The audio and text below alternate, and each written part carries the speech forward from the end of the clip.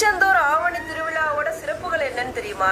திருச்செந்தூர்ல சண்முகர் படைத்தல், காத்தல், அழித்தல் ஆகிய முத்தொழில்களை செய்யற பிரம்மா, விஷ்ணு, சிவன் ஆகிய மும்மூர்த்திகளின் அம்சமாய் அருள் பாலிப்பவர். அவர் அந்த வடிவத்திலேயே வழிபடும் அற்புத திருவிழா தான் ஆவணி திருவிழா. ஆவணி திருவிழால முக்கியமானது 7ஆம் திருநாளும் 8ஆம் திருநாளும் தான்.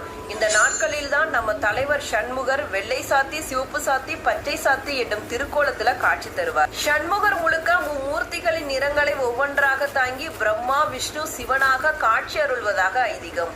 காக்கும் கடவுளான விஷ்ணுவின் கோலத்தில் பச்சை சாத்தியில் எழுந்தருளும் சண்முகரை தரிசித்தால் வேண்டும் வரங்கள் எல்லாம் கிடைக்கும் அப்படிங்கிறது பக்தர்களோட நம்பிக்கை.